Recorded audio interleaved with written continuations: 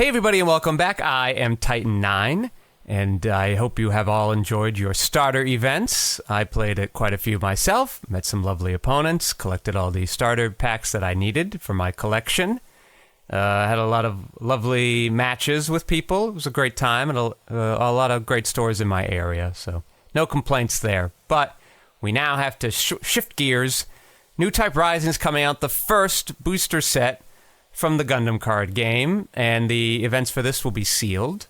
And I'm going to do a couple of videos kind of walking through the process of how to approach sealed. This intro will be at the beginning of all the videos, so just look at the timestamps if you've already watched one of them, and you can just skip ahead to the deck building part of the video. The sealed rules have done a lot of changing over the course of my practicing for it, so it's been a bit of a wild ride. At the beginning, everybody was sort of assuming that it was going to be 6 packs, 40 cards, no color restrictions. And Wing Table here, if you're a patron, you get to do sealed events on it, of which I am. So I was practicing that here for a while, and that felt pretty reasonable. And then suddenly it became, all right, now it's 8 packs, 30 cards, no color restrictions, which I thought was crazy because that's almost 100 cards. And you at least a color restriction would just keep people from playing all of their rare cards together. But then it turned out that in Japan, their packs have half the cards in them. So in reality, what we seem to have finally settled on is that there will be 4 packs for everybody, still 30 cards, and no color restrictions. That is kind of a different animal. What I've been noticing in playing the 8 was just, you made an awesome deck with that. That wasn't too hard. 6 was interesting.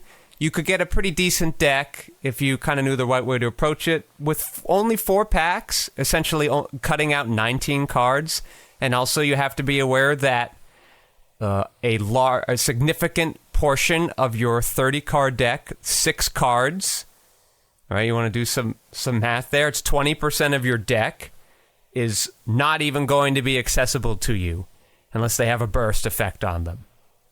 And obviously 5 cards are in your hand, so people do the math, and you're like, oh, there's only 19 cards in my deck. Uh-oh. Games don't seem to go too long, but there's less synergy happening. It's just sort of like your vanilla dudes maybe sometimes have an effect against my vanilla dudes. If you're lucky, you get a Link Pilot. I've seen some people online argue about how many bases to include. At the end of the day, you're going to find about 2 or 3, maybe a little more, but I don't like that 04 base either, so I don't like to include it if I don't have to. So you don't really have a lot of choice, I guess, in a lot of your deck decisions. Some people were like 4 to 6, but you're not even going to see 4 to 6. Pretty much 98% of the time, you're only looking at 4 packs. Packs sometimes have no bases in it, sometimes 1. I think they're all common, so you could see some more, but I haven't. The most I've seen when I've done these has been 3. And usually it's that 04. I try not to include it if I don't have to, but it does have a nice little benefit of like bouncing a thing. I just haven't seen a lot of value in that. That's a nice tempo play, but sealed isn't really about tempo because your decks can't take advantage of that. But that's just me getting into the weeds here. I'll kind of go in the specifics with each sealed pull that we do. We will play a game. Wing Table's attempt to make progressive matches harder is to just give the opponent an extra resource at the beginning of the game. Not an EX resource, an actual factual resource. And when you had 6 packs you were opening, you could find enough synergy pieces together to get ahead of that. And you could definitely do it when you had 8 packs. But at 4 packs, what I've been finding is you just get run over because there's not a lot of synergy, and the objectively powerful cards coming down first, it becomes, imagine you're going first on your turn 1 play. You have nothing to do with your 1 resource. Your opponent starts with 2 and the EX resource. So on their first turn, they play a Rickdom, and they don't even have to get rid of that EX burst. So they just get this 3/3 breach guy, and your first play on turn 2 is maybe a 2/2. If you're lucky, it's a Zaku 2. Like, it's just so hard to come back, and they're still going to play bigger and bigger units after you. So it's not fun for you guys to watch. You can win when they have the extra resource, but you have to get very lucky, or they have to get very unlucky. It's not good gameplay, so we will open up the pack, see what we have, walk through some deck building decisions, play one match with the deck where the opponents are in a usual resource allotment, and then afterwards we'll check in and see, like, did that work? Is there something we like to switch out? Did we leave something out that could have been better? And that's how the process will go. But thank you for staying tuned for this a little bit of a long intro, but let's actually dive in and get into some games, shall we? All right, here we are opening the packs. We got pack 1 here. All right, I like to do just a little browsing. All right, so these command/pilots can be pretty useful. I've liked them. Like the last Civ pool I did, I only saw 3 straight pilots the whole time. So you might be low on pilots too. But the first thing I'll do is I'll check my rares. Not a great one, though. If we find a lot of Oz units, I see 1 in the pack with it. So it might not be useful. We're unlikely to be able to pair it. The Gan I like a little more because I do like the Makuve pilot card. It may not be able to link with a lot of things, but its effect works on any Xeon suit, even if it doesn't link with it. So that can be, I find pretty helpful too. So if we also have something we can link our Makuve to, that's pretty sweet. And this is just a comment of a thing. I haven't liked this card, but sometimes a lot of units want Earth Federation pilots, and that can be worth it. This isn't bad, like if we're finding some Oz pilots, but there aren't many of them in this set, so it probably won't be relevant. This is a nice beater. It's got that +2 attack, so you can kind of go at bases hard. Earth Federation pilot, again, these can be pretty useful. I don't see anything that can take advantage of it here. But this is also kind of these generic links can be pretty helpful because you're not going to see a lot of pilots, so you want cards that can kind of spread across them. But I won't bore you with that. Let's go to our next pack. I'm going over them one at a time just so I can sort of start building a picture in my mind of what I want to play, at the same time as letting us kind of talk through a lot of these individual cards. So once again, a good white-based pilot would be able to help us out here. Though I worry, I'm so used to the starter decks now. I can see all those pilots. Is it only Sayla? Like, that could be kind of bad for us because she's a rare. But we have a Marita, so we got Neo Xeon. Maybe as a trait, or a Cyberlink, we might be able to find some stuff for her to pair to. Look at this. What more white-based stuff? Even one white-based pilot would make a big difference for us. A Zaft or a Coordinator, if we can find something that works with that, that'll be great. Academy, there are a few of those, like this one here. And I do kind of like this card too. A 1/1 maybe. I've played around with like trying to rush, like my beta regional deck was. It's a little harder to do here, just because all the cards are just so mopey. You just kind of want bigger mopey cards or cards with an actual ability. So I'm less inclined to maybe play this, depending on what our other packs look like. This card I know doesn't look like super fun, but with such a large percentage of your cards going into your shield area, you actually have a really good chance of being able to draw a card out of this. And that value is pretty impressive. This too can be helpful as well. I know it's not super exciting. I know it costs a lot. I know it's very specific. That's part of the balancing so that the draw card doesn't go crazy. But in sealed, this does have a home. And there are some cards that care about having commands if you want to try to ride that out to do it. I haven't hated including 1 or 2 of these in a deck. This card you only want 1 of, though it would go well with our Makuve if we can find 1 of those. It does it on its own. I don't have to click. This card I like in Constructed. It doesn't often come up in the booster sealed, so it's unfortunate to see here. I don't love this rare because it's hard to get it up to that 3, so that's unfortunate. At least if we had Zaft pilots, it would work well. We have the 1. Something to keep in mind. Where I haven't even opened her in any of the sealeds I've done, so I do like this effect, though. I like that it only costs 2. I wish if we can find a good pilot to buff up its defense, we might get some good use out of it. We have another one of these, so hopefully we find some more Academy things we compare to. Yeah, not a lot of links I'm seeing. Yeah, like there's no immediate synergies jumping up at us. And that's going to happen a lot when you're only looking at 4 packs. All right, we got a Zaf one, so we have a third one of this. So, okay, that could kind of work pretty well for us. Ooh, and this goes well with our Elan. All right, that's a nice last get. Another Noim, unfortunate. A good blocker, pretty standard card. This was good in beta. It still has a lot of useful moments because a lot of the units are very close in stats to each other. So oftentimes your 3-4 will attack a 3-3 and we'll have like one left over. There'll be a lot of moments like that. And since we want to kind of run an Academy package anyway to go with our Elians, this base goes well with it now. But this actually might have been our only base. This is what I'm talking about. You're just not likely to see a ton anyway. So there's no point arguing about how many to include because probably the answer is going to be include whatever you can.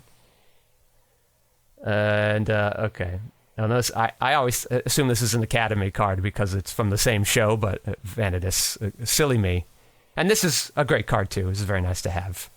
I wish we had a card that cared about, like, the Michaelis or that 5-cost Ariel that gets cheaper. I wish we had a card that cared about commands, but at least now we're not priced into putting a lot of commands in our deck, though we have a fair amount of good command pilots. All right. Let us build our deck. So, the easiest thing for me to do, I'm definitely going to sort by level, because I want to kind of pay attention to that curve. Some people might look at cost, but it's sort of irrelevant. If my 4-level thing costs 2, it's not a 2 cost, because I'm not going to be able to play it till much later in the game. But the first thing I will look at is the pilots. What pilots do I... A lot more than I had last time. How many pilots do I have? And what do they go well with? And then as I try to figure out what units I want to use, I kind of pick them apart from there. So we know this person's going to link with a couple of them. And it has a pretty neat effect. And 2+2+1 is nothing to sneeze at. It only costs 1. So we definitely will want both of them.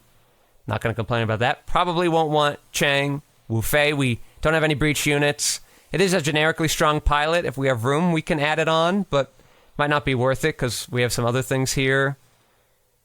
We don't have a lot of repair units, but again, sort of generically good, and it does have that burst effect. Remember, bursts are a lot more valuable in sealed because 20% of your deck's going in them. There's a good chance that a burst card or your base card is going to be in there, so keep that in mind. Just not a great pilot. If you wanted a 1/1, we already have this guy. But we might, I don't think we did, but we might have some Earth Federation Link units anyway. We definitely seem to have some Zaf things, at least the one. And then let's check our commands, just because there are obviously some pilots in here. We will want this. It's just a good card. People get worried about drawing too many cards because you only have 19 in your hand, but your game will be over by then. Probably this. At least one, but I'll double check and see what's left there.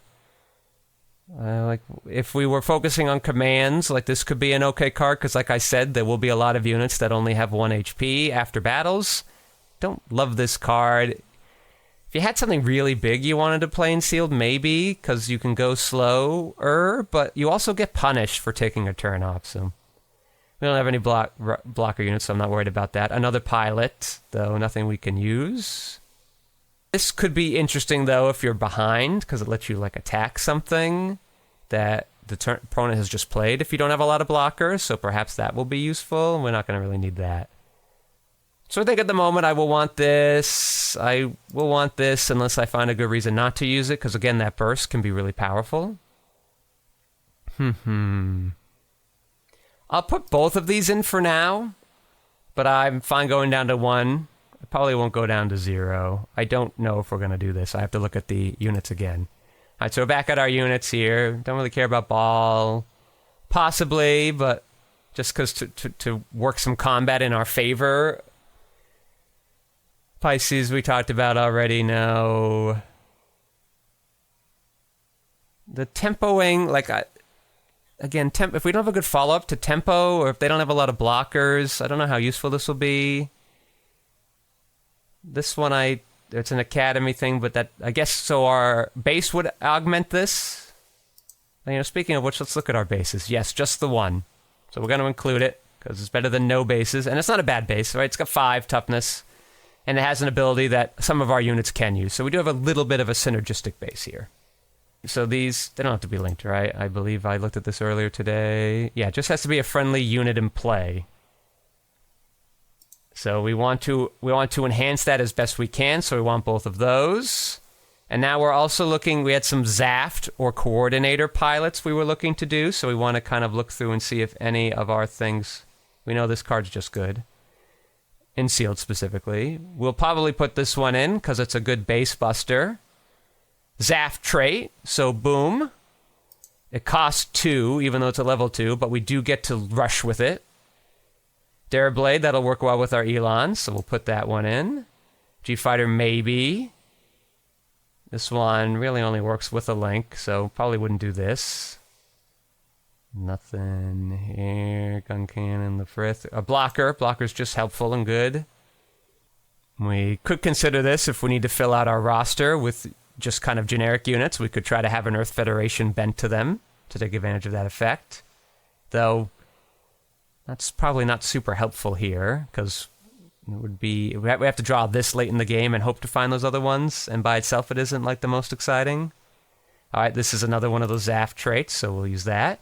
We'll never really get to use this attack ability, but at least we can rush with it, and that is enough of an advantage in the sealed format.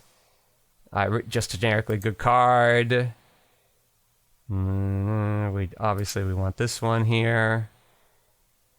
It's not the best without a pilot, but good thing we have 2 of them. But also it would work with any academy, so you could keep that in mind. It doesn't just have to be Elan.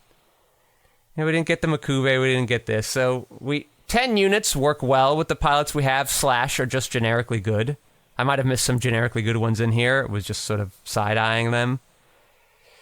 1 base, so we're currently looking at 8, so we want 22 units, 12 more units. I might go down on these. Like, we don't have that many Zaft units we can rush with, so maybe I'll go down one of these. If this were 2 HP, it would definitely have a lot more use. That 2 AP, not as super helpful as you would like. And the +1 doesn't even help you get through bases or bad guy robots. So, something to keep in mind if I really want to make sure I'm always having pressure on the board. But I think everything else I'll keep. Let's see here. We currently have some good turn 2 plays, some okay 2 cost plays. The 2-3 is kind of a decent stat line. Because there's a lot of 2-2 things or things with 2 toughness that sometimes you can survive, or that you can definitely kill, but if it has less than... 2-2s are very common. Every color has a 2-2. And this is just a nice... where did it go? A nice way to go in there. Makube would make them a lot more exciting, but let's see what else is good here. Let's see if we have some other triple ship alliance units. I don't think there are many of them. Because that unit gets some bonuses, a blocker and something else. +1 AP, yeah. This becomes a 3-2 blocker if we can find another one in play. There aren't many in the set, if I remember correctly. But let's kind of dig through. It's quick. Yeah, not seeing them. So that's unfortunate. But it might just, as a 2-2, it might be okay. 2-2 for 2, though. Alright, let's get our base buster in here. That one's a right. It's also a 2-2, but it has that ability that will always happen if I attack the right thing. This one is very conditional. This one we already included, the G5. It's a 3-2 for 2 on turn 3, so that probably will take. It's another 3-2, same thing. This ability could come in handy, so it's got some plus side. Gun cannon, pretty good card. Jigen, yeah, it's another 2-3. I'm less excited about that. These 2-3s. I could try to high roll it and play these 2 and the Leo. And it's just not kind of great on its own.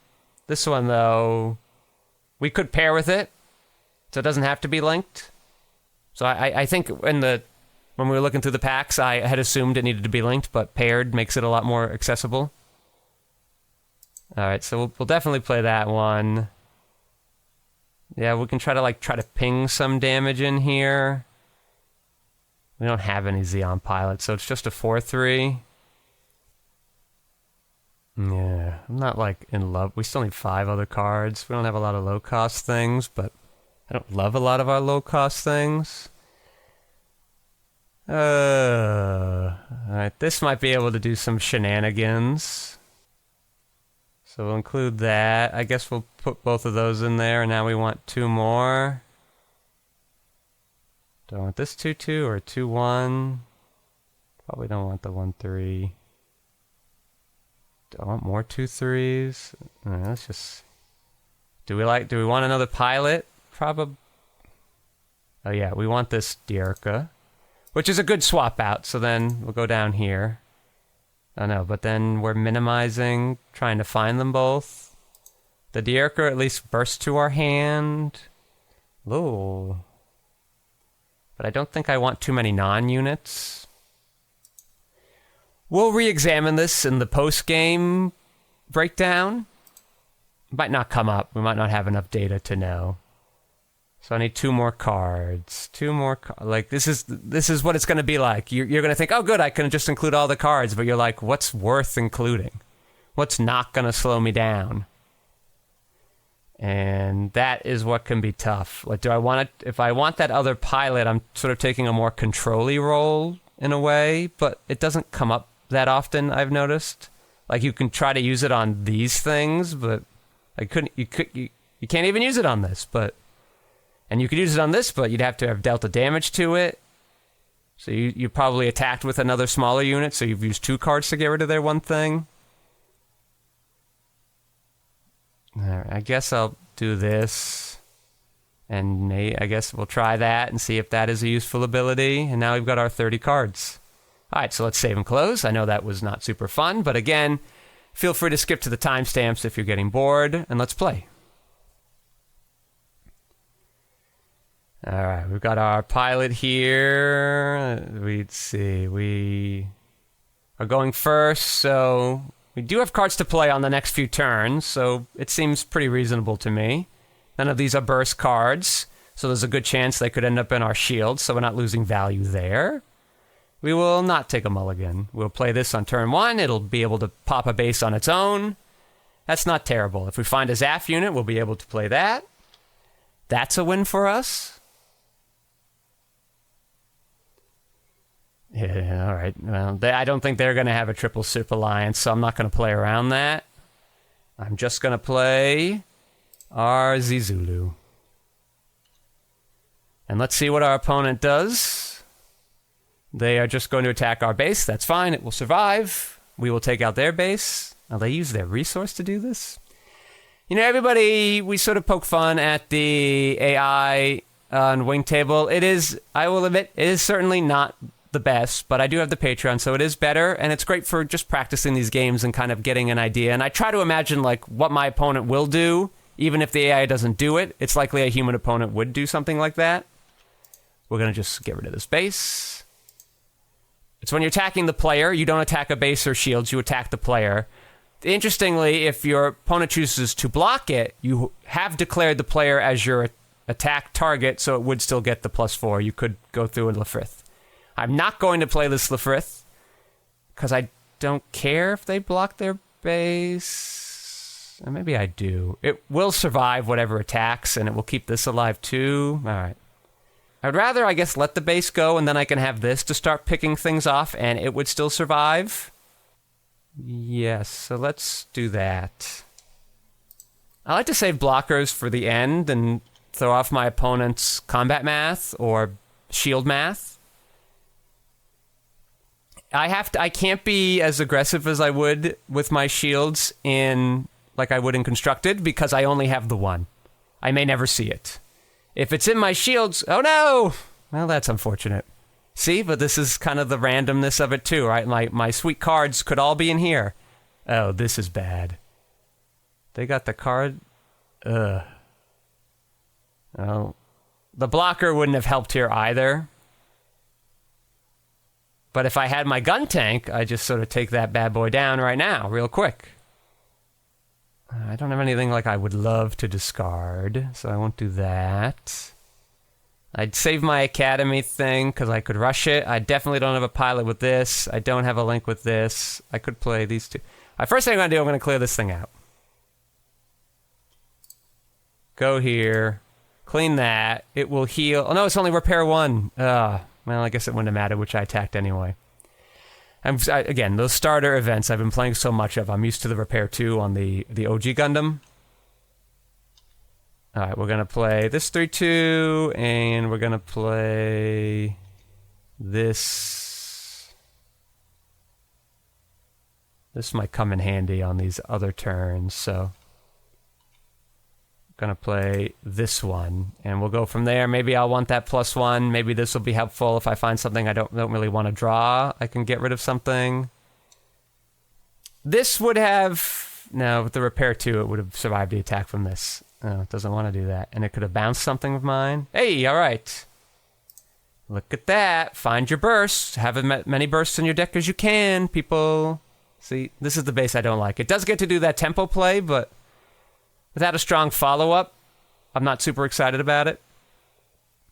And it's going to be so easy for me to crack that. I could just put a little pilot on this and get rid of that. I could put this...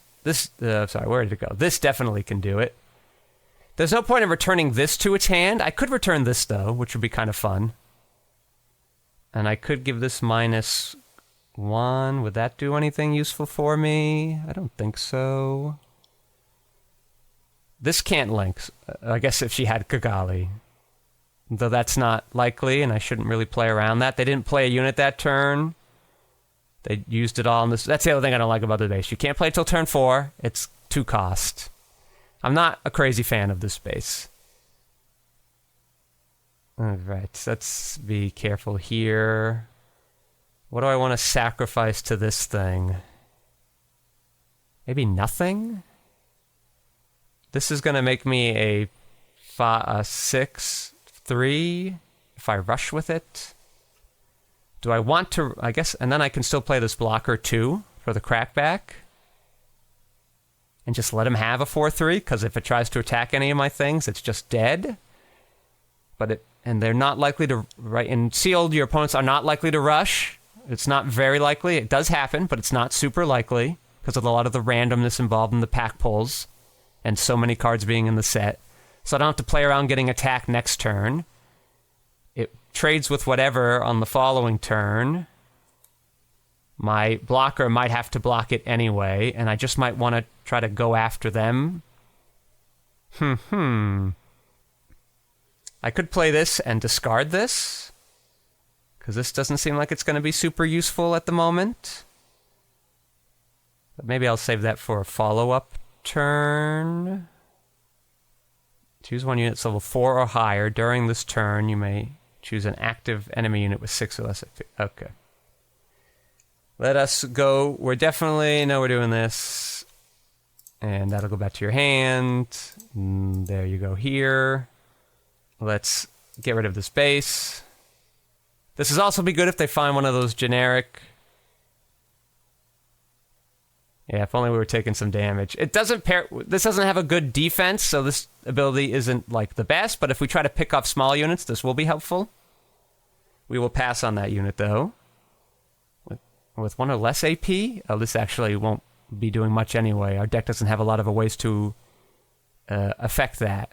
But the value of itself is 1, having burst, and 2, being an Academy trait in a sealed format that has a lot of Academy bonuses or Academy link targets. Plus, we drew that rare too. And then the 2/2/1 is useful. Now let's go after their shields. Go after the low one first, and then our gun cannon will be back at full health. That'll be... Nope. Gonna pass. That'll be nice. And we got rid of their fancy card. So we're even on that. Our fancy cards were in our shields. Alright, and then we play this blocker. Make sure this guy survives, so we'll be ready for anything. We will still pass. Guess I'm gonna have to do that every turn. I wonder why it gives me the option to do that even when I don't have that option. All right, so they're playing their big guys. They're going to search for something here. Oh, this is an action. That's pretty sweet. And there is an enemy unit with 1 or less AP. It's this guy. Ooh, I don't know if this will ever come up. I guess no, I don't know when this will come up. Based on the board state now. We are going to pass. They didn't even attack. So we could theoretically kill them off here depending on what's in their hand. Unforeseen Incident is not in the booster decks. Booster draft, so I don't have to worry about that. Let's just see if we can finish them off. Attack with our small units first in case we flip a base. Yeah, I gotta just keep doing this, huh? And, there was no benefit to them playing scared here. I don't know why they did that.